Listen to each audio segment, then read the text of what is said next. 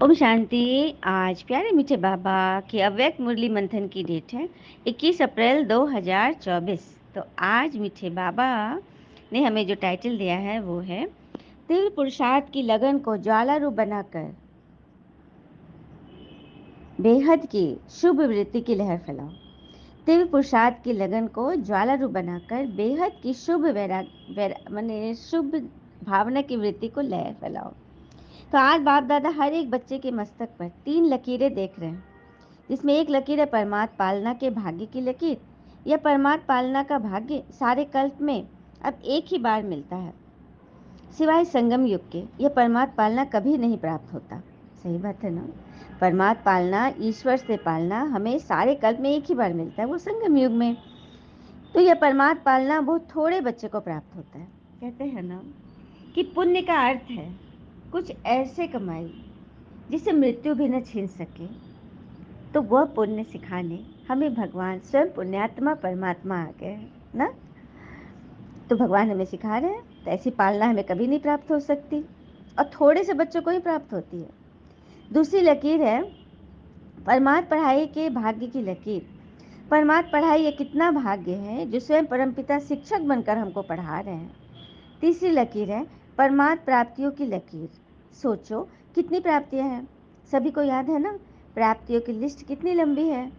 तो हर एक के मस्तक में ये 3 लकीर चमक रही थी। कौन कौन सी लकीर बाबा ने देखा? पहली लकीर थी परमात्म पालना के भाग्य की लकीर, दूसरी लकीर थी परमात्म पढ़ाई के भाग्य की लकीर, और तीसरी परमात्म प्राप्तियों की लकीर। क्या बात है ना। सभी के मस्तक पे ये 3 लकीरें दिख रही है ना। तो हर एक परमात्मा बच्चा कितना रूहानी नशे वाला होगा, कितना खुश वाला होगा। और कहते हैं ना, खुशी के लिए कहते हैं ना, बेवजह खुश रहिए, क्योंकि आज की दुनिया में वजह बहुत कीमती है। तो बस खुश रहिए। आप जैसी पवित्र आत्माएं तन से भी मन से भी देव रूप में सर्व गुण संपन्न संपूर्ण निर्विकारी तो और कोई बनता ही नहीं। आप तन मन धन से पवित्र हो, और फिर हाईएस्ट भी हो, होलीएस्ट भी हो, साथ साथ रिचेस्ट भी हो। क्या है हम? हाईएस्ट, होलीएस्ट और रिचेस्ट इन द वर्ल्ड, है ना। तो बस एक दिन में कितना भी बड़े से बड़ा मल्टी मिलियनर भी हो, लेकिन आप जैसा रिचेस्ट नहीं बन सकता। जिसके हीरे जवाहर के महल होंगे, ये आपको कहीं स्वप्न में भी कोई सोच भी नहीं सकता, और आप बनने वाले हो। तो आपके जैसा मालामाल तो कोई नहीं है ना। तो जानते हो ना साधन, सिर्फ छोटी सी बिंदी लगानी है बस। इसको पाने का साधन है छोटी सी बिंदी लगाना। बिंदी लगाई, कमाई शुरू हो गई। आत्मा भी बिंदी, बाबा बिंदी, और ड्रामा भी बिंदी। जो हुआ वह ड्रामा। तो बिंदी आत्मा को याद किया, कमाई बढ़ गई। वैसे लौकिक में भी देखो, एक के आगे 0 लगाते हैं तो 10 बन जाता है, 10 के आगे 0 लगाओ तो 100। तो बिंदी पे बिंदी लगाते जाओ तो कमाई, लौकिक साधन, स्थूल साधन कमाई भी बढ़ गई। तो बस बिंदी लगाते जाओ, बीती को बिंदी लगाते जाओ, ठीक है, बढ़ जाएंगे। एक छोटा सा कथा सुना हुआ होगा, लेकिन बहुत ही प्रभावकारी है। एक बार एक स्कूल में एक टीचर ने बच्चों से आके कहा कि आप सब कल अपने पास टमाटर लेकर आइएगा। सब बोला कि क्या बनाना है मैम? तो आपको लाना है। तो बच्चे पूछे कितना टमाटर लाऊं? तो फिर टीचर ने, हाँ ये अच्छा सवाल है कि कितना लगाओ।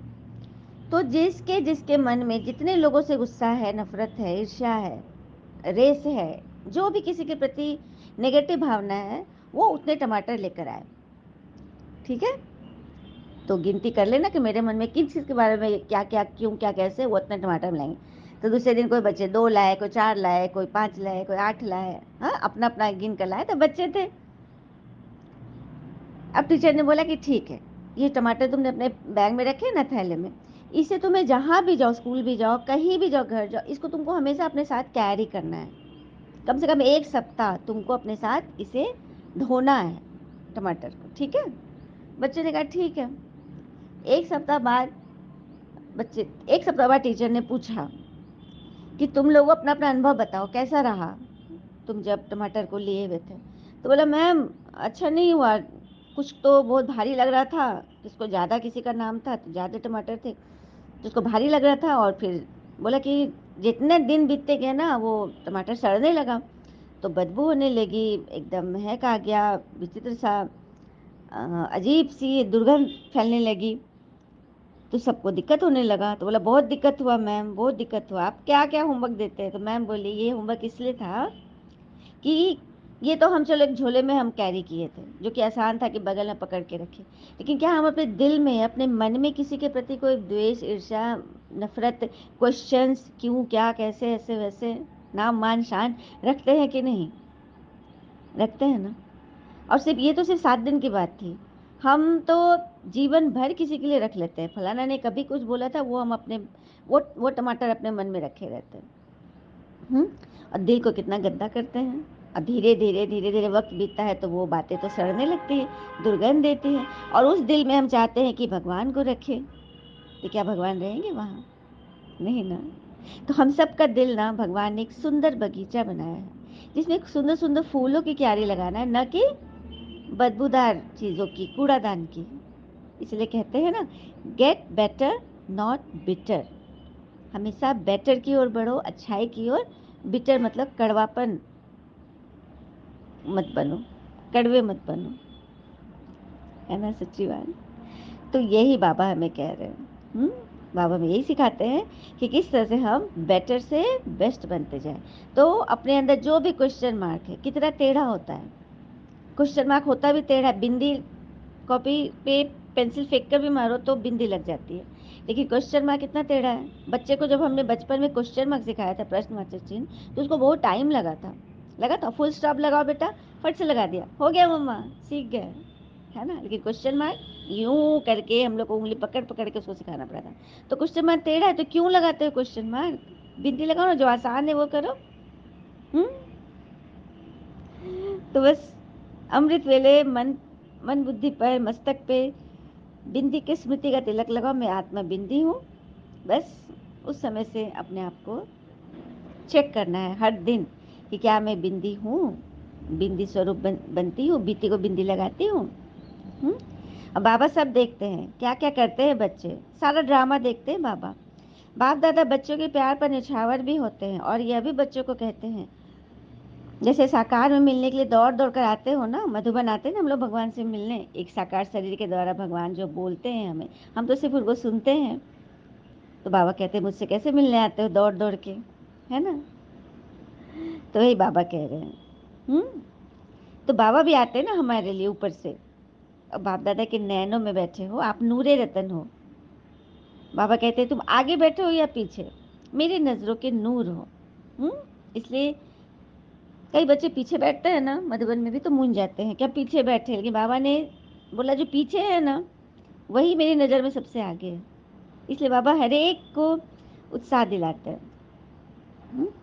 फिर बाबा कह रहे हैं ये सीजन का लास्ट चांस लेने के लिए चारों ओर से भाग भाग के पहुंच गए हो। अच्छा है, बाबा से मिलन का उमंग उत्साह सदा आगे बढ़ाता है, लेकिन बाबा तो बच्चों को एक सेकंड भी नहीं भूलता। बाबा एक है और बच्चे अनेक, परंतु अनेक बच्चों को भी एक सेकंड भी नहीं भूलते। सुना, पिता एक है, बच्चे अनेक, लेकिन बाबा अनेकों बच्चों को याद करते हैं, सेकंड भी नहीं भूलते हैं। क्योंकि सीखे लदे हो, बरसों के बिछड़े हुए, युगों युगों के बिछड़े हुए बच्चे हो।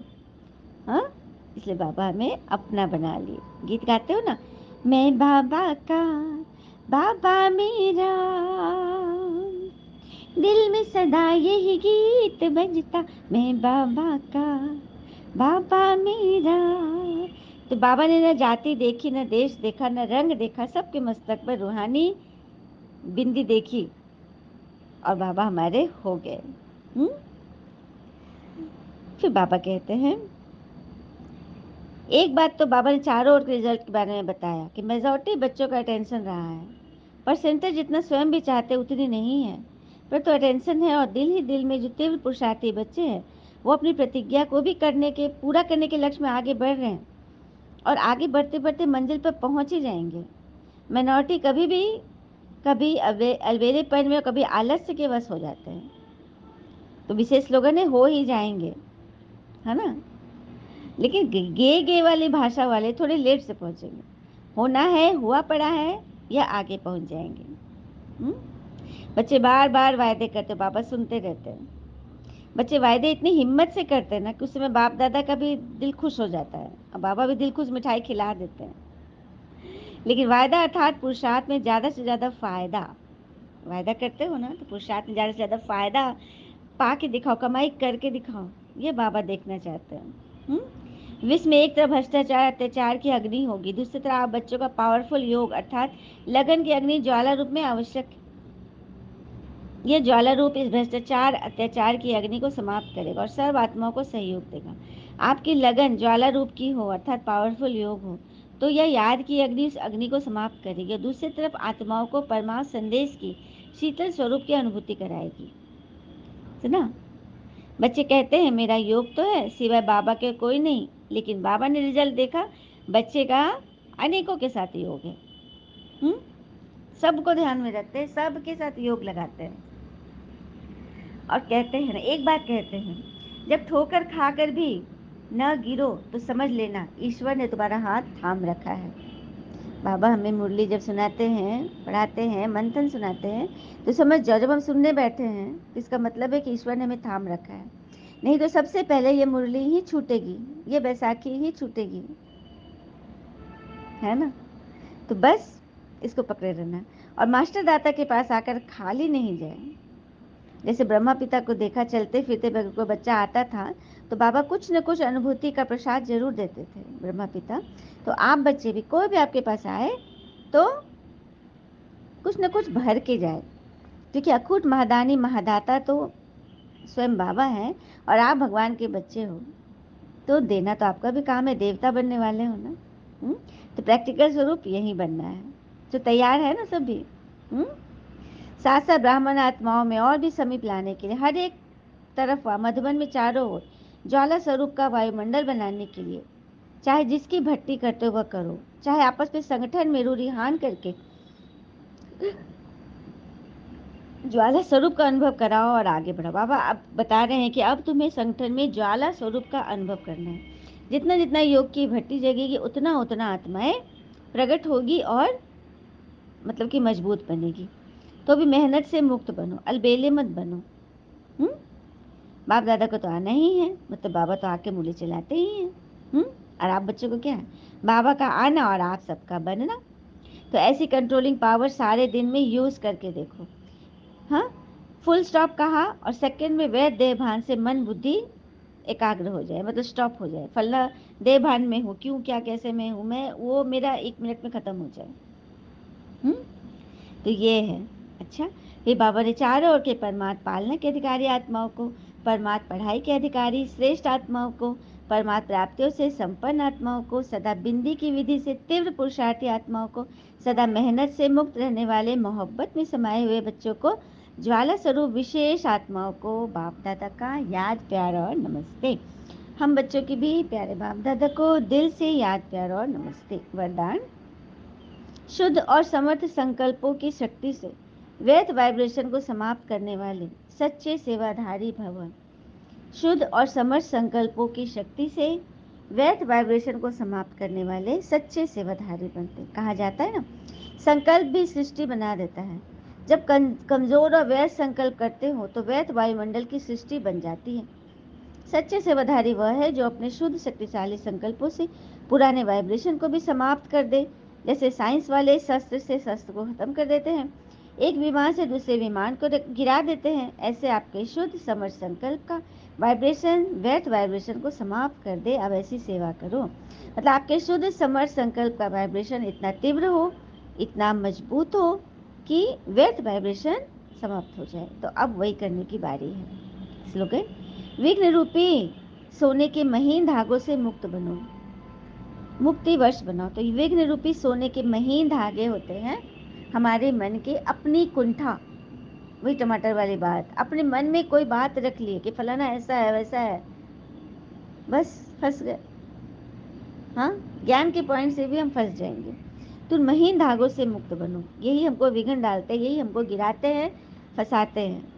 और मुक्ति वर्ष बनाओ, मेहनत मुक्त वर्ष। अच्छा, ओम शांति। शुक्र मीठे बाबा, वो बाबा के प्यारे प्यारे बच्चे, आप सबका जीवन सदैव शुभ हो। ओम शांति।